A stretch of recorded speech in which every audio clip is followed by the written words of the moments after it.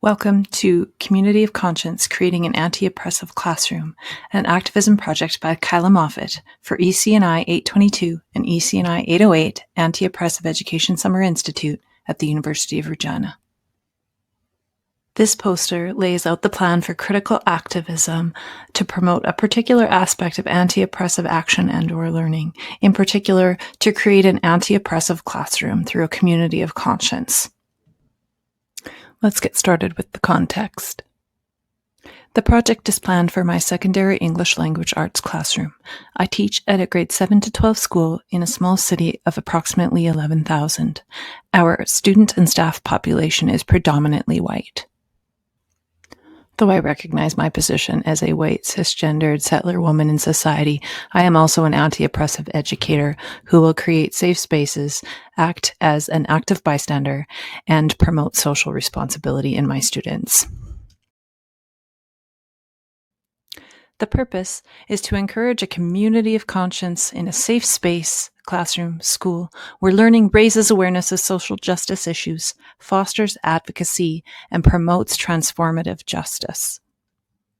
Our community will develop caring relationships and democratic spaces, discuss the issues of systemic oppression inherent in society, and design a toolbox of strategies to deal with micro and macroaggressions in order to challenge oppression. The significance of developing a community of conscience is that it is necessary to disrupt the discourse of dominance and guide students to become active bystanders. Next, we move into the desired outcomes of the project. Social responsibility is how people positively contribute to their physical, social, and cultural environments. This competency is achieved through using moral reasoning processes, engaging in communitarian thinking and dialogue, and taking action to contribute to learners' physical, social, and cultural environments. The social climate in North America is at a boiling point.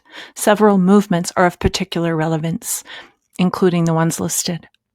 Racism, a belief that there are biological differences between races, is a social construct. Teaching students that race is a social construct is the first step in them understanding that racism is a product of societal behavior and language perpetuated over time. Now we'll move into the theoretical support for the project. Critical race theory includes a critical pedagogy of dialectical thought, meaning that we challenge given situations, ask questions, and consider other possibilities that might enable positive changes to be made. Critical theory re-examines the basic assumptions that people make about the world, and especially about society and all its institutions, roles, and structures. Applying critical race theory to education involves re-examining basic concepts and asking questions. Freer's theory of critical pedagogy highlights that the education system is deeply political. This goes along with teaching students about the social construct of race and racism. Freer's theories also highlight that pedagogy is a practice for freedom using dialectical thought. The next theoretical underpinning is that of the active bystander. Being an active bystander implies action. It is someone who not only bears witness to a situation, but takes measures to disrupt problematic issues in society. By teaching students how to have the difficult conversations and interrupt the discourse, we can help them become active bystanders. Finally, Sensoy and D'Angelo describe the critical social justice perspectives and skills. Understanding critical social justice requires individuals to recognize how relations of unequal social power are constantly being negotiated at both the micro and macro levels, understand our own positions within these relations of unequal power, think critically about knowledge, and act on the above in service of a more just society. So what exactly does this look like in the classroom? The following is a description of activities. One of the first activities would be teaching students to choose their words carefully. Key terminology in communication learning is important so that we are using respectful, kind, inclusive language for all learners in the classroom. The connotations of words or the emotional attachments we have to words have deep meanings for people. This is important for students to remember. Within our Community of Conscience classroom, the guidelines for learning social justice content outlined by Sensoy and D'Angelo in their book would be taught and adhered to.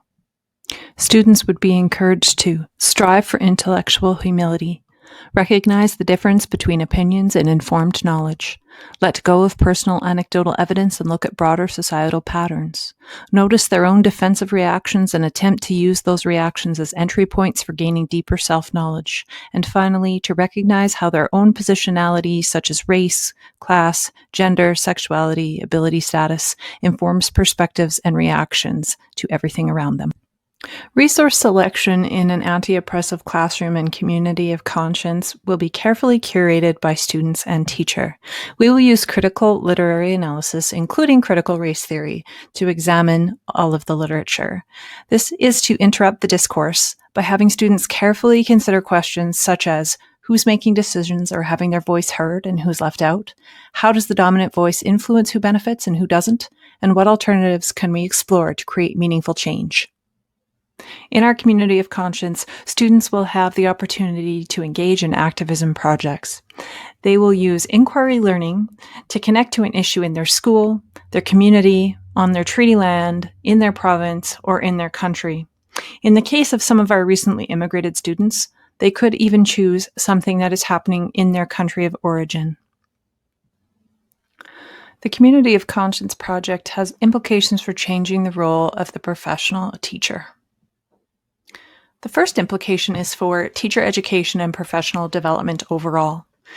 This means that all staff must recognize the societal construction of race and cultural implications of intersecting forms of oppression, and understand society and our field of education within this context. This is closely followed by the implication of staff recognizing racism. This is necessary for initiating transformative justice or action, but it must be accompanied by an investment in taking responsibility for social change.